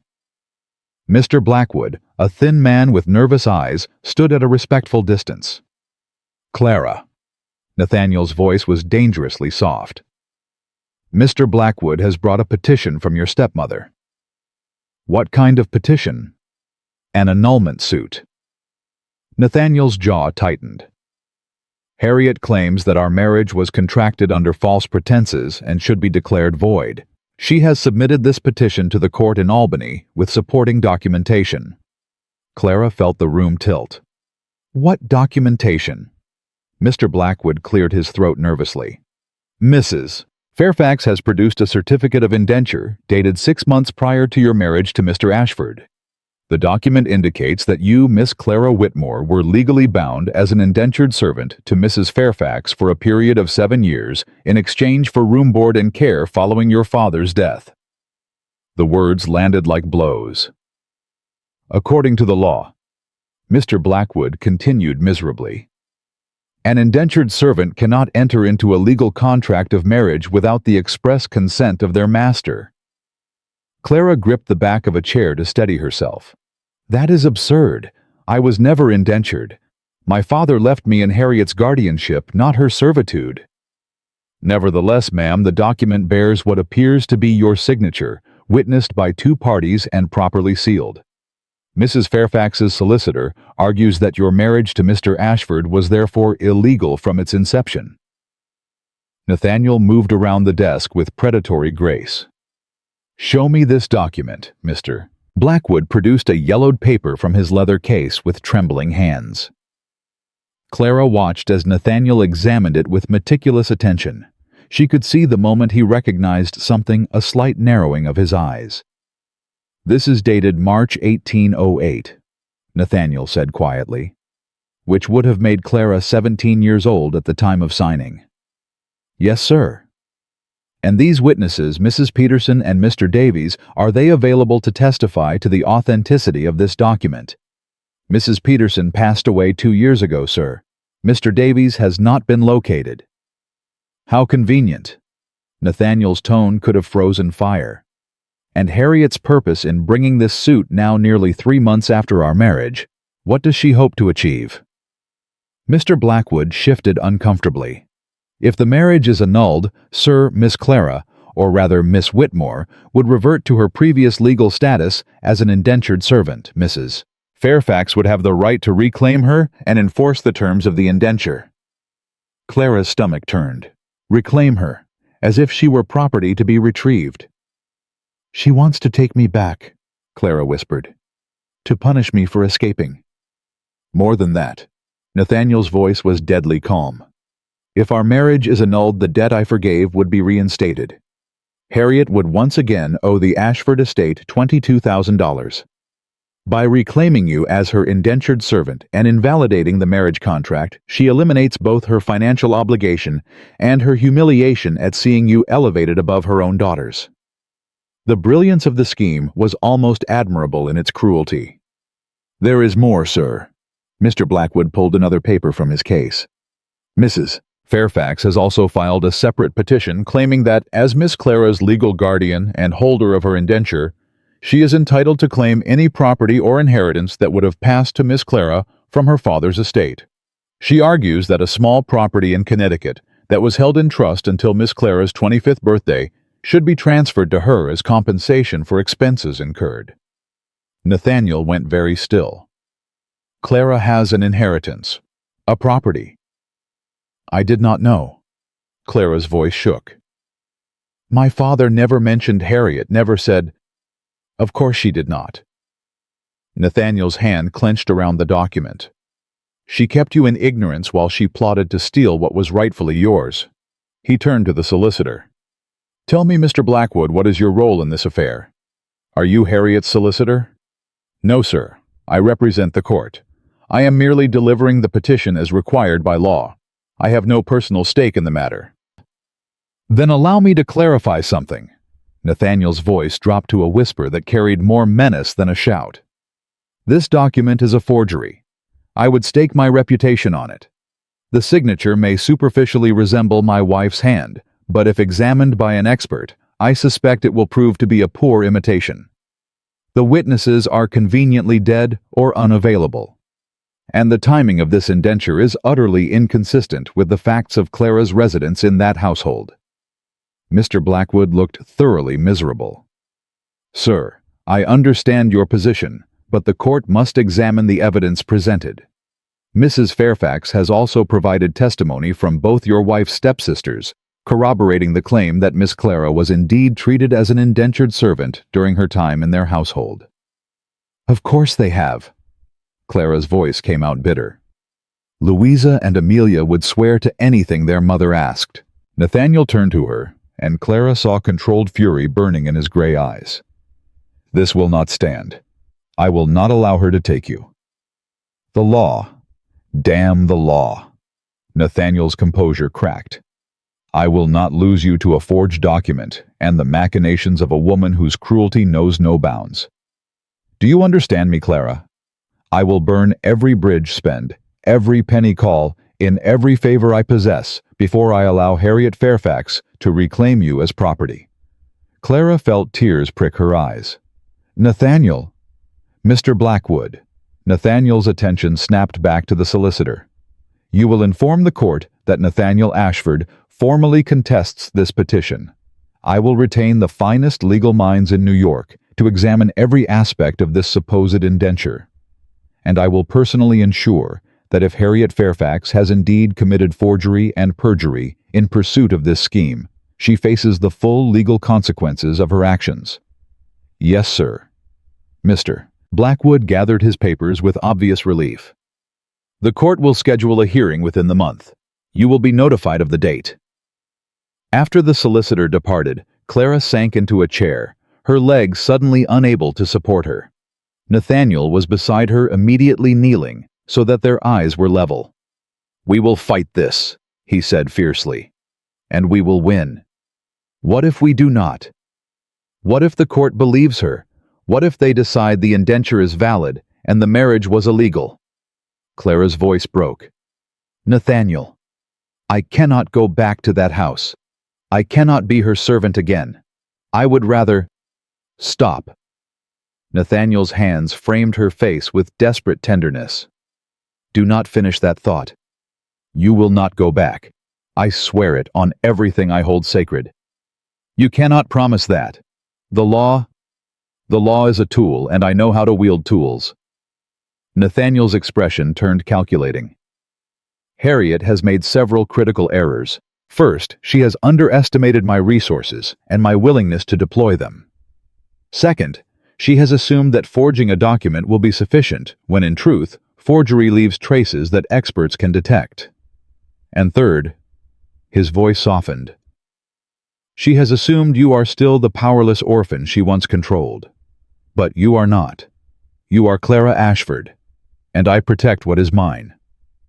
Clara leaned into his touch. "What do we do? We prepare for war." The weeks that followed were a blur of activity. Nathaniel summoned his solicitors from New York. They engaged handwriting experts to examine the indenture document. They hired investigators to locate Mr. Davies, the supposed witness. They researched Clara's father's estate and uncovered the truth about the Connecticut property, a small farm worth perhaps $2,000, held in trust by a bank in Hartford. "Your father left it to you specifically," Nathaniel told her one evening as they reviewed the evidence. "The will was explicit. The property was to pass to you on your 25th birthday free and clear. Harriet has been intercepting the correspondence from the trustee for years." Clara stared at the document spread across the desk, evidence of her father's love, proof of his attempts to protect her even from beyond the grave. "Why didn't I know? Why didn't anyone tell me?" "Because Harriet controlled all communication. She told the trustee that you were mentally unfit to manage your own affairs. She presented herself as your legal guardian with power to make decisions on your behalf. And the trustee believed her. He had no reason not to. You were a child when your father died. Harriet was your stepmother appointed as your guardian in the will. It would have seemed perfectly reasonable." Clara felt something shift inside her. Not just grief or anger, but a fierce, burning determination. "She stole my inheritance. She worked me like a servant for 12 years, and now she wants to drag me back into that prison." Clara stood, her hands clenching at her sides. "I will not let her win, Nathaniel. I cannot. You will not have to." Nathaniel rose and pulled her against him. "The handwriting expert has already concluded that the signature on the indenture is a forgery. The investigator located Mr. Davies in Boston. He has never met Harriet Fairfax in his life and was not in New York during 1808. We have evidence, Clara. Solid, irrefutable evidence. Will it be enough? It will be more than enough. Harriet Fairfax has overreached, and she will pay the price." The hearing was scheduled for the third week of October in Albany. Nathaniel arranged for them to travel 2 days early to meet with their legal team and prepare for the proceedings. The journey north was tense, both of them lost in their own thoughts. "I am afraid," Clara admitted on the second evening as they sat in their hotel suite reviewing documents. Nathaniel looked up. "Of what?" "Of seeing her again. Of standing in that courtroom while she says those things about me. Of having to prove that I deserve to be free." Nathaniel set down his papers and crossed to where she sat. He knelt before her, taking her hands in his. "You do not have to prove anything. Your worth is not determined by a courtroom or a forged document or the opinion of a woman who never deserved to know you. You are extraordinary, Clara. You have always been extraordinary." Harriet simply lacked the eyes to see it. Clara's vision blurred. "What if the judge believes her? Then I will appeal. And if the appeal fails, I will take you to Europe where American law cannot touch us. I will buy a villa in Italy, and we will live there as man and wife, and Harriet Fairfax can rot in her New York townhouse knowing she failed to destroy us." "You would give up everything, your estate, your business, your entire life." "I would give up 1,000 estates for one more day with you." Nathaniel's voice was fierce. "Do you not understand yet, Clara? You are my home. Wherever you are, that is where I belong." Clara pulled him up and kissed him hard, desperate, pouring every fear and hope into the contact. "I love you," she whispered against his lips. "Whatever happens tomorrow, I need you to know that. I love you." "I know." Nathaniel rested his forehead against hers. "And I love you. Which is why we are going to win." The courtroom in Albany was packed. Word had spread about the case, the wealthy businessman and his bride, the forged indenture, the stepmother's scheme. New York society had traveled north for the spectacle. Clara could see familiar faces in the gallery. Women who had whispered about her at the Astor Ball. Men who had dismissed her as beneath their notice. Harriet sat in the petitioners' section flanked by Louisa and Amelia. All three wore black, as if Clara's elevation had been a death in the family. Behind them sat William Hartley and Robert Sterling, lending their presence as silent endorsement. They looked confident, smug, certain that law and forged documents would triumph over a marriage they had never deemed legitimate. Judge Abraham Ward took his seat at the elevated bench. He was an elderly man with sharp eyes that suggested he had presided over too many cases of human cruelty to be easily deceived.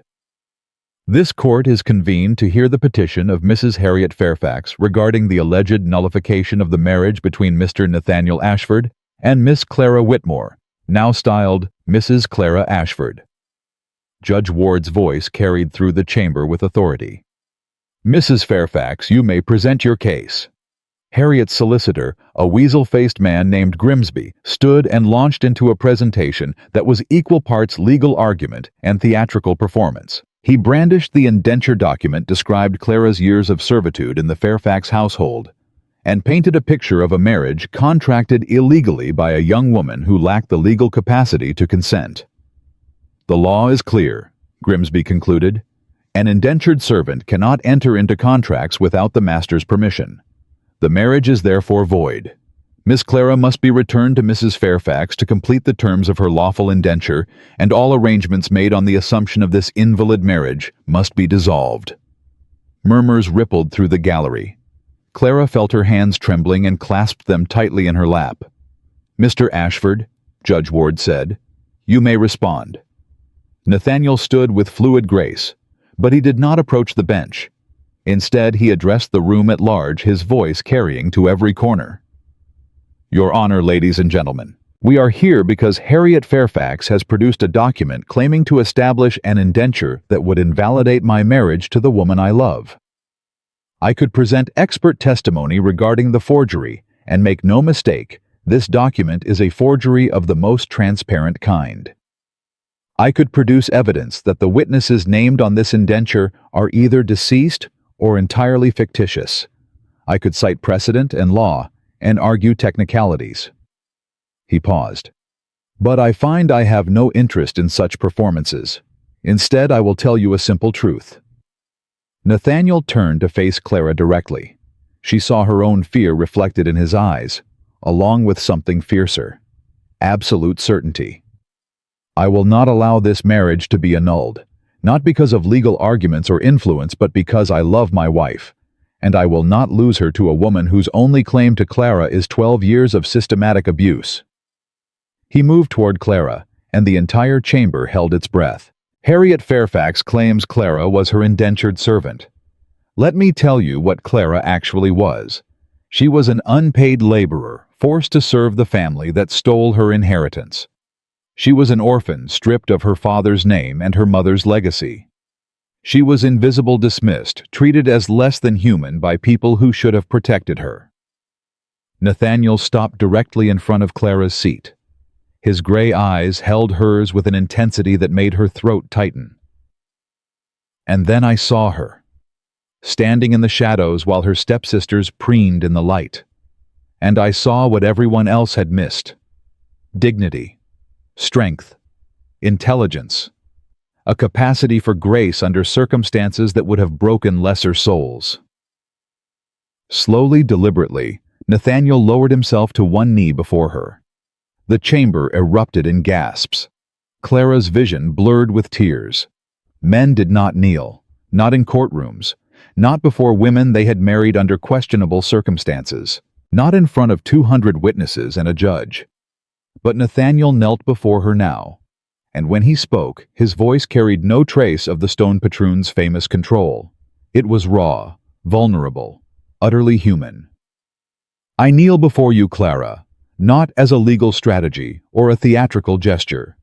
I kneel because you are my equal in every way that matters, because you have transformed my fortress into a home and my isolation into partnership, because you see me not the fortune or the name or the power, but the man beneath all that armor, and because I would rather spend the rest of my life fighting for the right to call you my wife than accept a single day without you. Tears streamed down Clara's face. Nathaniel's voice strengthened, addressing the court, while never breaking eye contact with Clara. This woman is not an indentured servant. She is not property to be claimed or a contract to be voided. She is Clara Ashford, my partner, my love, and I will defend her place at my side with every resource I possess, every ally I can summon, and every breath in my body." He turned his head slightly toward Judge Ward. "Your Honor, you asked for my response to this petition. Here it is. I reject absolutely Mrs. Fairfax's claim. Clara entered our marriage freely, as a woman of legal age and sound mind. Any suggestion that she was bound by an indenture is an obvious fabrication designed to steal what Harriet Fairfax has always denied Clara: her freedom, her inheritance, and her right to determine her own future." Nathaniel's solicitor stood producing a leather portfolio. "Your Honor, if I may, we have conducted a thorough analysis. Master Cartwright, the state's own handwriting expert, has examined the indenture signature and compared it to authenticated examples of Mrs. Ashford's handwriting. His conclusion is unequivocal. The signature is a forgery." He withdrew another document. "Additionally, we have located Mr. Davies, the supposed witness. He is currently residing in Boston and has provided a sworn affidavit stating that he has never met Mrs. Harriet Fairfax, never witnessed any indenture agreement, and was not in New York during the year 1808. Chaos erupted. Harriet went white. Grimsby sputtered protests. Louisa and Amelia exchanged panicked glances. Judge Ward raised his hand for silence. "Mrs. Fairfax, these are serious allegations.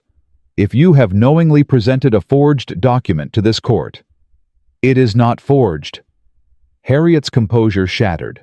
She rose, her voice shrill with desperation. "That girl was my servant.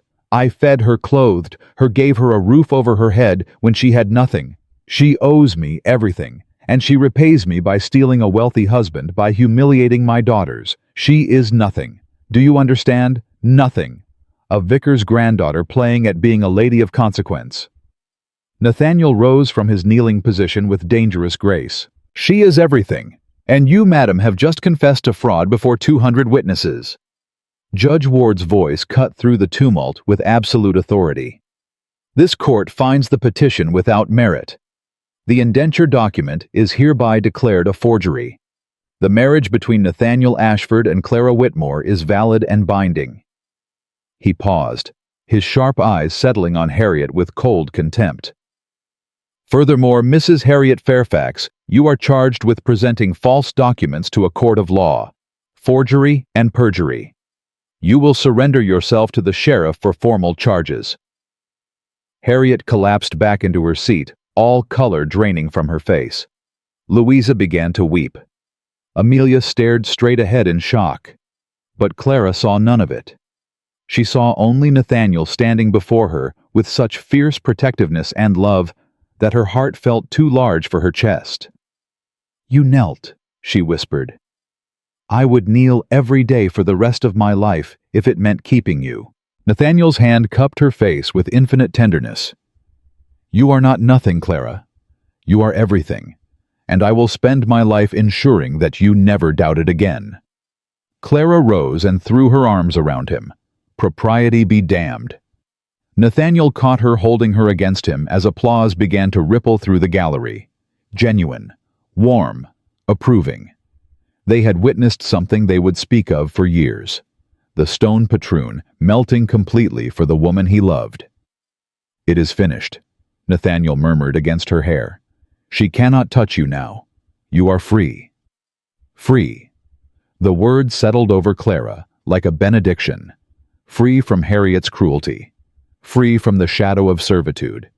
Free to be simply Clara Ashford, the woman who had transformed a fortress into a home and a man of stone into a husband. As they left the chamber together, Nathaniel's arm firmly around her waist, Clara looked back once at Harriet. The woman who had made her life a nightmare now sat defeated. Her schemes exposed her power, shattered. Louisa and Amelia would distance themselves from the scandal. The husbands would retreat to protect their own reputations. But Clara felt no triumph, only relief. She was done being defined by what had been done to her. She would be defined instead by what she chose. Partnership with a man who knelt before her. A home built on honesty. A future that belonged entirely to them. "Take me home, Nathaniel," she said softly. "Always," he promised. And as their carriage rolled south toward Ashford Manor, husband and wife left the past behind and embraced the future they had fought so hard to secure. A future built not on fabricated debts or forged documents, but on something far more powerful. Love freely given and fiercely protected.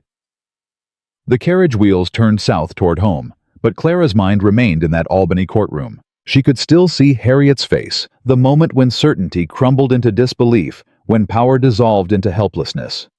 12 years of cruelty undone in a single afternoon. Nathaniel's hand found hers in the darkness of the carriage. "You're trembling." "I cannot stop." Clara's voice came out shaky. "I keep expecting to wake up, to discover this was all a dream and I'm still in that servant's room pressing Louise's gowns." "It is not a dream." Nathaniel pulled her against his side. "You are free, Clara, truly free. Harriet Fairfax will never touch you again." "What will happen to her?" "Forgery and perjury carry serious consequences. She faces prison most likely, or exile to avoid scandal. Either way, her position in society is destroyed." Clara waited for satisfaction to come, for triumph, for vindication. Instead, she felt only exhaustion. And beneath that something unexpected, a thread of sorrow for the woman who had wasted so much energy on hatred. "I thought I would feel differently," she said quietly. "I thought defeating her would bring some kind of joy." Nathaniel was silent for a moment. "And what do you feel instead?" "Relief, gratitude, and something like pity." Clara turned to look at him. She was so afraid, Nathaniel, so desperate to secure her daughter's futures that she became monstrous in the pursuit. "I do not forgive her. I never will. But I find I no longer hate her either."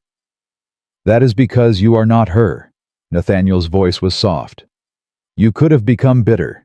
You could have let 12 years of cruelty transform you into something cruel yourself. But you did not. You remained kind. And that, Clara, is the greatest victory of all." They arrived at Ashford Manor the following evening.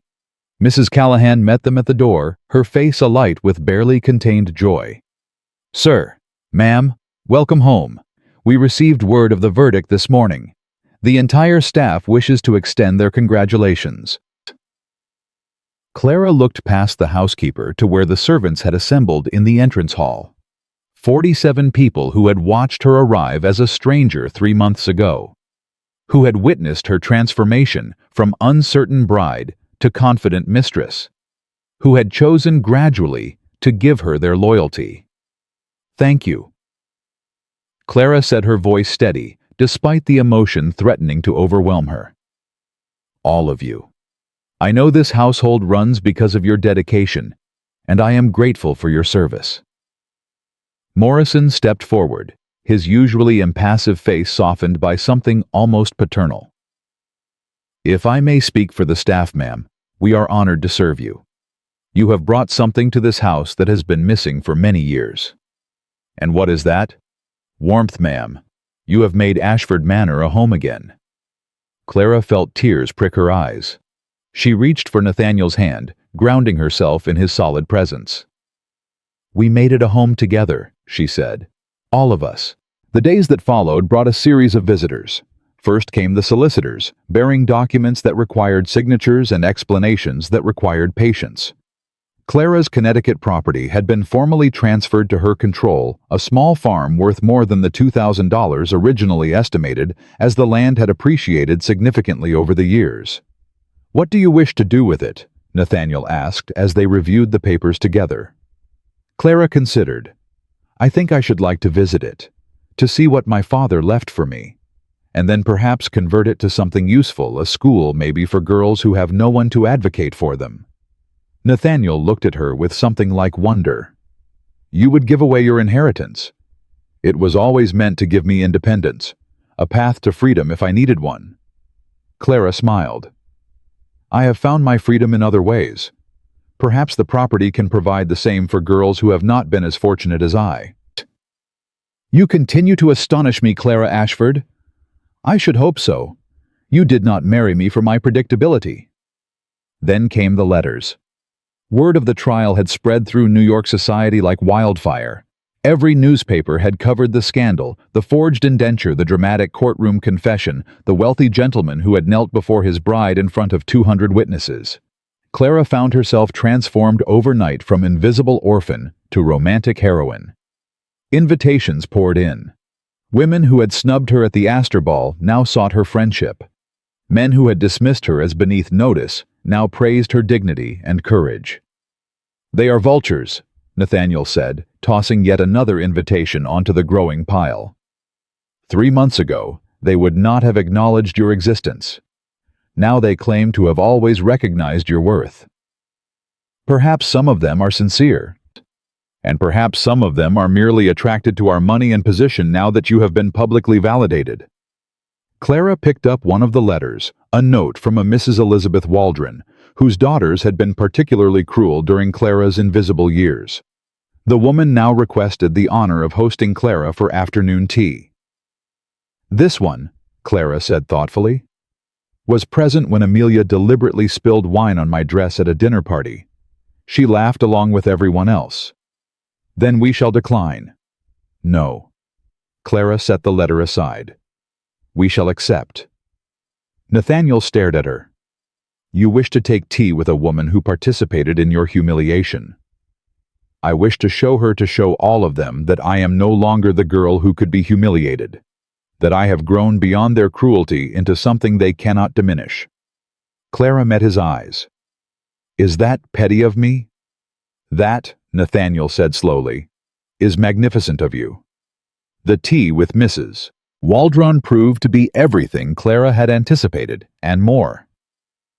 The woman's drawing room was filled with society matrons, all eager to witness the encounter between the former victim and one of her former tormentors. They expected fireworks. They expected recrimination. They expected the satisfying spectacle of a wounded woman claiming her revenge. Clara gave them none of it. She entered on Nathaniel's arm dressed in sapphire silk that made her dark hair gleam. She greeted Mrs. Waldron with perfect courtesy. She answered questions about the trial with composure and grace. She refused to be drawn into gossip about Harriet's fate or her stepsister's reactions. And when one particularly bold matron asked directly whether Clara harbored resentment toward those who had treated her poorly, Clara smiled. I spent 12 years being invisible, she said calmly. I have no intention of spending the rest of my life being bitter. That would give my past more power than it deserves. The room fell silent. Mrs. Waldron set down her teacup with trembling hands. Mrs. Ashford, I feel I should apologize. For certain occasions in the past when I perhaps did not behave as kindly as I ought. Mrs. Waldron. Clara's voice was gentle but firm. I did not come here seeking apologies. I came here to demonstrate that the past need not define the future for any of us. If you wish to begin again with honest friendship rather than social obligation, I would welcome that. But I will not pretend that old wounds do not exist, nor will I absolve you of responsibility for them. I will simply choose not to let them poison what might be built going forward. She rose, and Nathaniel rose with her. Thank you for the tea. It was most enlightening. They departed, leaving behind a room full of stunned women who had expected a scene and received instead a lesson in dignity. In the carriage, Nathaniel turned to her with an expression of pure admiration. You just restructured the entire social hierarchy of New York in 15 minutes. I did nothing of the sort. You made every woman in that room realize that true power has nothing to do with titles or money, that you possess something they cannot buy or inherit genuine self-possession. They will never look at you the same way again. Clara leaned her head against his shoulder. I am tired of being looked at. I should like very much to go home and be invisible again, but this time by choice. As you wish, my love, as you wish. Autumn deepened into early winter. Clara found a rhythm at Ashford Manor that felt natural, inevitable. She managed the household with growing confidence. She visited tenants and learned their names, their struggles, their hopes. She established a small school on the estate for the children of workers who had never had access to education. And every evening she sat with Nathaniel in the library, reading or talking, or simply existing in comfortable silence. One December night, as snow began to fall outside the windows, Clara looked up from her book to find Nathaniel watching her with an expression she could not quite read. "What is it?" "I was remembering the first time I saw you." His voice was soft. "Standing in the shadows at the Astor Ball, trying so hard to be invisible. I watched you for nearly an hour before I found the courage to approach." "An hour? You said you saw me and immediately knew." "I saw you and immediately knew I wanted to speak to you. It took an hour to overcome my fear that you would look at me the way everyone else does." Clara set aside her book. "And how do I look at you now?" Nathaniel rose and crossed to where she sat. He knelt before her, that gesture that had become their private language, his way of showing that in this marriage they were equals in every way that mattered. "You look at me as if I am simply a man, flawed and uncertain and trying my best.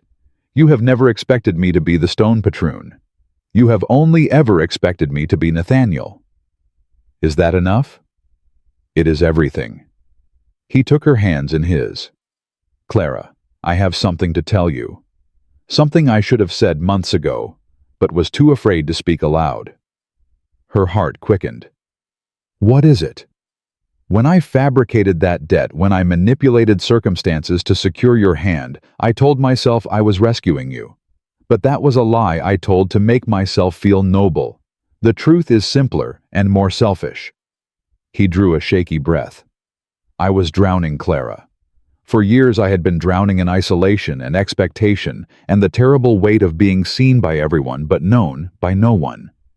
And then I saw you at that ball, and it was like catching sight of land after years at sea. You were real. You were genuine. And I knew with absolute certainty that if I let you disappear, I would lose my last chance at something that mattered more than money or power or social standing. Nathaniel, let me finish, please." His gray eyes were bright with unshed tears. "I did not rescue you, Clara. You rescued me. You taught me that vulnerability is not weakness, that love is not a transaction, that home is not a place, but a person. Everything I am now, every way I have grown and changed and become better, is because of you." Clara felt her own tears spilling down her cheeks. "I thought I was invisible. I thought I was nothing." "You were never nothing. You were waiting for someone with eyes to see what had always been there." Nathaniel brought her hands to his lips. "I am the fortunate one, Clara, to have found you, to have been allowed to love you, to have been given the gift of your love in return." She slid from the chair to kneel with him on the carpet, so they faced each other at the same level. "I love you," she said fiercely. "Not because you rescued me, or gave me pretty gowns, or defended me in courtrooms. I love you because you see me, because you chose me when you could have had anyone, because you kneel when you could command, and you listen when you could dictate, and you love with your whole stubborn, complicated, beautiful heart." Nathaniel pulled her into his arms, holding her as if she were the most precious thing in the world. "We began wrong," he murmured against her hair. "With lies and manipulation and strategic calculation. But we have built something true, Clara. Something real. And I would not trade our flawed beginning for all the perfect love stories ever written." "Neither would I." Clara pulled back to look at him. "We earned this. Every moment of happiness, every ounce of trust, we earned it. That makes it worth more than if it had come easily." "Yes." Nathaniel's smile was the genuine one she had worked so hard to coax out of him, warm and real and entirely hers. "It does." They stayed that way for a long time, kneeling together on the library floor, while snow fell outside and the fire crackled low. Two people who had found each other through deception and chosen each other through truth. Two lonely souls who had built a home from the ruins of isolation. Two hearts that had learned against all odds to beat as one. Spring arrived early the following year. Clara stood on the front steps of Ashford Manor, watching as the first flowers began to push through the thawing earth. Behind her, the household bustled with activity preparations for the season plans for improvements, the ordinary chaos of a life well lived. Nathaniel appeared at her side, wrapping an arm around her waist. "You look contemplative." "I was thinking about a year ago. I was pressing gowns in that servants' room, preparing for a ball I would attend as an invisible shadow. I had no idea that my entire life was about to change." "Do you ever regret it? The way it happened?" Clara considered the question carefully. "I regret the lies. I regret the manipulation. But I cannot regret the outcome. If you had not fabricated that debt, I would be in Philadelphia now, governessing some wealthy family's children, invisible and forgotten. And I would be here alone, slowly turning to stone. Then perhaps we should be grateful for your criminal tendencies." Nathaniel laughed, that warm, genuine sound she never tired of hearing. "I prefer to think of it as creative problem-solving." "You would." Clara turned in his arms, looking up at the man who had transformed her life so completely. He was still formidable, still intense, still capable of freezing an entire room with a single glance. But he was also hers. Wholly, completely, irrevocably hers. "I have something to tell you," she said softly. "Oh, I have been unwell in the mornings lately. I thought perhaps it was something I ate, but Mrs. Callahan suggested I might consult with a physician." Nathaniel went very still. "And—" Clara smiled, feeling joy bubble up from somewhere deep inside her. "It seems that Ashford Manor will have a new resident by autumn. A very small one." For a long moment, Nathaniel did not move, did not speak, did not even seem to breathe. Then his face transformed, wonder, terror, and overwhelming love chasing each other across his features in rapid succession. We are... Yes." He pulled her close with shaking arms, burying his face in her hair. She could feel him trembling, could feel the hot press of tears against her neck. "I never thought..." His voice broke. "I had given up hope of ever having this. A family. A real family. You have one now." Clara held him tighter. "You have me. And soon you will have a child who will never know what it means to be invisible, who will be loved and protected and told every single day that they matter. Like you should have been loved. Like we will love them. Together." Nathaniel pulled back his gray eyes, bright with tears and joy. "I do not deserve this," he said roughly. "I do not deserve you." "Perhaps not. But you have me anyway. That is how love works, Nathaniel. It is not earned or deserved. It is simply given freely to those we choose. And you choose me. I will always choose you." He kissed her then, soft and reverent, a promise sealed between them that needed no words. When they finally drew apart, the sun was breaking through the clouds, casting golden light across the Hudson Valley. Ashford Manor stood solid behind them, no longer a fortress, but a home. No longer a prison, but a sanctuary. Clara leaned into her husband's embrace and watched the world wake up around her. A year ago she had been nothing. Invisible. Forgotten. A ghost haunting the margins of her own life. Now she was Clara Ashford. Wife. Soon-to-be mother. Mistress of an estate and partner to a man who had learned to kneel to love, to be human again because of her. The journey had been improbable. The beginning had been flawed. But the destination, this moment, this love, this life was perfect in all the ways that mattered. "What are you thinking?" Nathaniel asked. Clara smiled. "I am thinking that I spent 12 years being invisible, and now I will spend the rest of my life being seen. By me. Always by me. Yes." She turned to face him, her heart full to overflowing. "By you. Always." The orphan had become a wife, a mother, a woman of consequence. The stone patroon had learned to love with his whole heart, and together they had proven that the most powerful force in the world was not money or position or social standing. It was two people choosing each other, building a life from the ruins of loneliness. Real. True. Forever theirs.